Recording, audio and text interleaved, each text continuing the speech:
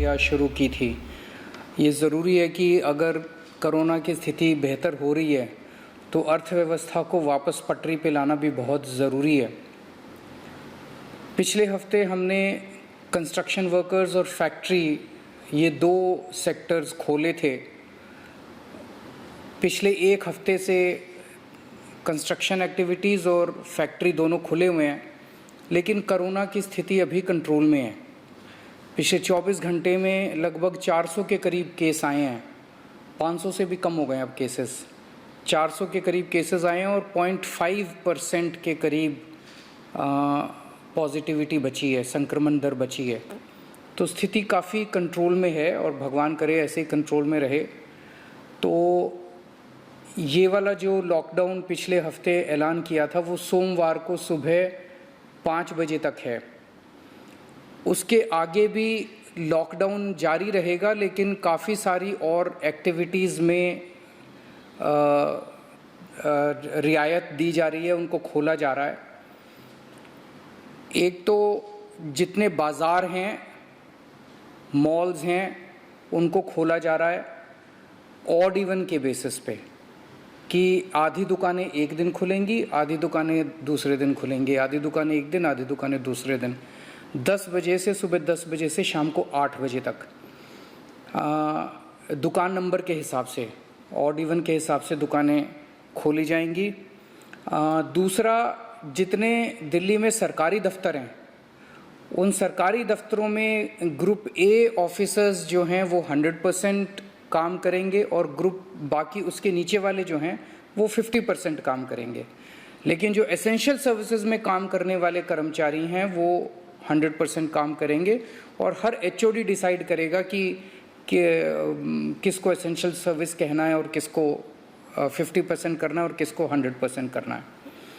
जितने private offices हैं उन सभी प्राइवेट ऑफिसेज में 50% मैन पावर के साथ वो खोले जा सकते हैं और लेकिन कोशिश करेंगे कि ज़्यादा से ज़्यादा लोग वर्क फ्रॉम होम करें और अपने प्राइवेट ऑफिसेज कोशिश करें अपने टाइम को स्टैगर करने की, कि ताकि सब लोग एक साथ सड़क पे ना आए। दूसरी चीज़, जो स्टैंड अलोन शॉप्स हैं और जो एसेंशियल सर्विसेज प्रोवाइड करने वाली शॉप्स हैं वो ऑड इवन के बेसिस पे नहीं, वो रोज़ खुलेंगी। दिल्ली मेट्रो 50% कैपेसिटी के ऊपर चालू की जा रही है और ई कॉमर्स के ज़रिए जो सामान बेचने की प्रक्रिया है वो चालू रहेगी। तो मोटे मोटे तौर पे ये चीज़ों की रियायत दी जा रही है और मैं उम्मीद करता हूँ इसके बाद देखेंगे कि आने वाले हफ्ते के अंदर भी कोरोना की स्थिति अगर काबू में रही तो और कई सारी एक्टिविटीज़ को फिर उसके अगले हफ्ते खोलेंगे। थर्ड वेव कहा जा रहा है, एक्सपर्ट्स कह रहे हैं कि थर्ड वेव आएगी, कब आएगी, कितनी भयावह होगी, इसके बारे में किसी को कोई जानकारी नहीं है। लेकिन एक जिम्मेदार सरकार होने के नाते हमारी जिम्मेदारी बनती है कि उसकी पूरी तरह से हम तैयारी करें, ताकि अगर थर्ड वेव आती है, अगर बहुत भयानक होती है, तो सरकार उस वक्त जनता के लिए तैयार हो। इसकी तैयारियां पूरे ज़ोर शोर से दिल्ली सरकार के अंदर चल रही हैं और कल लगभग 6 घंटे तक मैंने 2 अलग अलग मीटिंग ली, एक्सपर्ट्स के साथ बात की, जिन ऑफिसर्स ने अभी कोरोना के दौरान काम किया था उनके साथ बात की। हमने 2 कमिटीज़ बनाई हैं, उन दोनों कमिटीज़ के साथ मैंने बहुत डिटेल में चर्चा की। एक चीज़ हम लोगों को ये तय करनी थी, इस बार कोरोना की जो पीक आई थी, मतलब एक दिन में मैक्सिमम कितने केस आए, लगभग 28,000 के करीब केसेस आए थे एक दिन में, 22 या 23 अप्रैल के आसपास। अगली पीक कितनी हो सकती है, तो ये तय किया गया कि अगली पीक 37,000, एक्सपर्ट्स के साथ बात करके, ऑफिसर्स के साथ बात करके, सबके साथ बात करके, कि 37,000 पीक मान के इसकी तैयारी शुरू की जाए।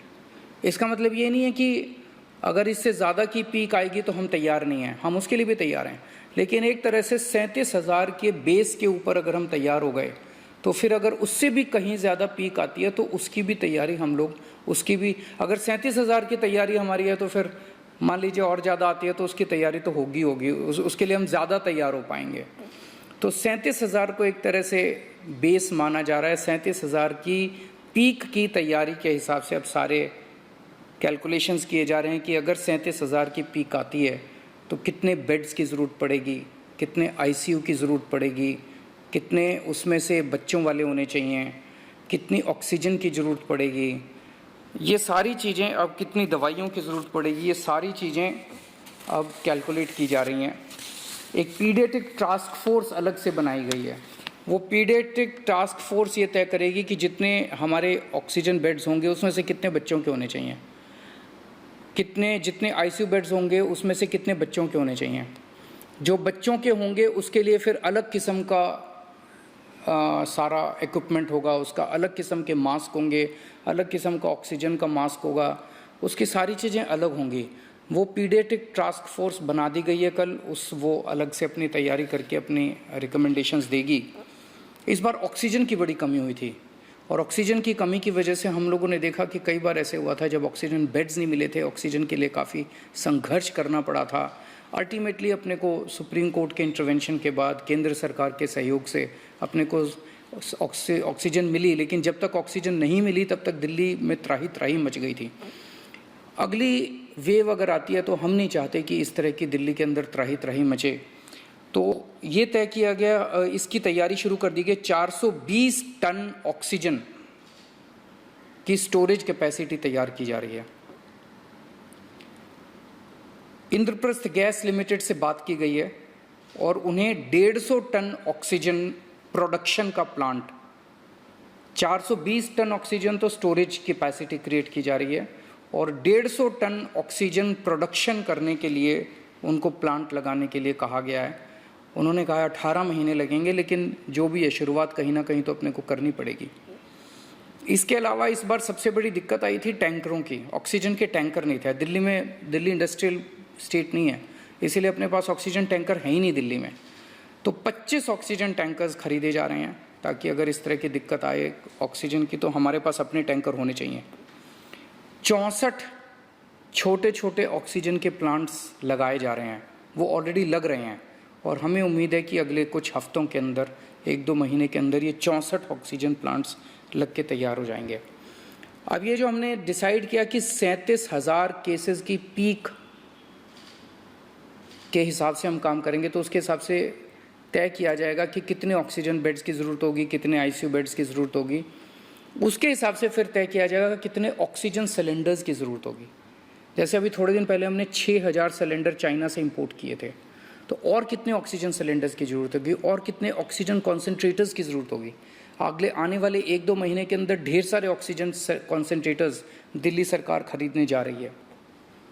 दवाइयों को लेके 2 अहम निर्णय किए गए। एक तो ये कि इस वेव में ये देखा गया कि व्हाट्सएप खूब तेज़ी से, व्हाट्सएप के ऊपर दवाइयाँ खूब तेज़ी से प्रिस्क्राइब की जा रही थी और उसके ऊपर मतलब बात फैल जाए कि ये दवाई बड़ी अच्छी है तो पूरे समाज के अंदर, पूरे शहर के अंदर, पूरे देश के अंदर उस दवाई की अफरा तफरी मच जाती है।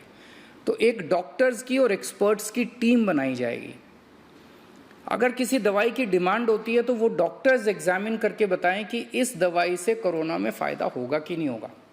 अगर डॉक्टर कहते हैं होगा तो सरकार उस दवाई को मुहैया कराने की कोशिश करेगी, और डॉक्टर अगर कहते हैं कि ये दवाई बिल्कुल बेकार है, इससे कोरोना में कोई फ़ायदा नहीं होगा और लोग इसके पीछे भागना बंद करें, तो जनता को उसके बारे में जागरूक किया जाएगा कि इस दवाई के पीछे भागना बंद कीजिए। एक ये।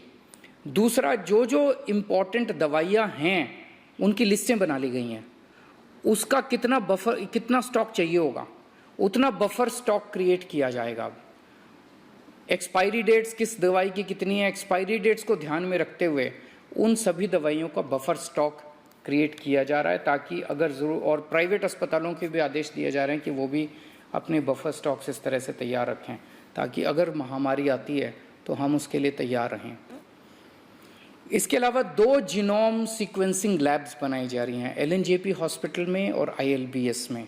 ताकि हमें भी पता रहे कि दिल्ली के अंदर जो भी वेरिएंट आ रहा है वो वेरिएंट कौन सा वेरिएंट है, पुराने वाला है या कोई नया वेरिएंट आ गया है, और हमें इस बारे में क्या एहतियात बरतने की ज़रूरत है, हम एक्सपर्ट से पूछ सकते हैं। तो ये बहुत सारी चीज़ें कल चर्चा हुई, ये कुछ चीज़ें मैंने आपको बताई हैं और आपको यही आश्वासन देना चाहता हूँ कि आपकी सरकार पूरी तरह से 24 घंटे लगी हुई है इसमें। मैं उम्मीद करता हूँ कि अब कोई तीसरी वेव नहीं आनी चाहिए, उसके पहले हम कोशिश करेंगे अपने लोगों को वैक्सीनेट कर दें, लेकिन अगर तीसरी वेव आती है तो लोगों को तकलीफ़ नहीं होनी चाहिए, इसके बारे में हम पूरी कोशिश करेंगे। नमस्कार।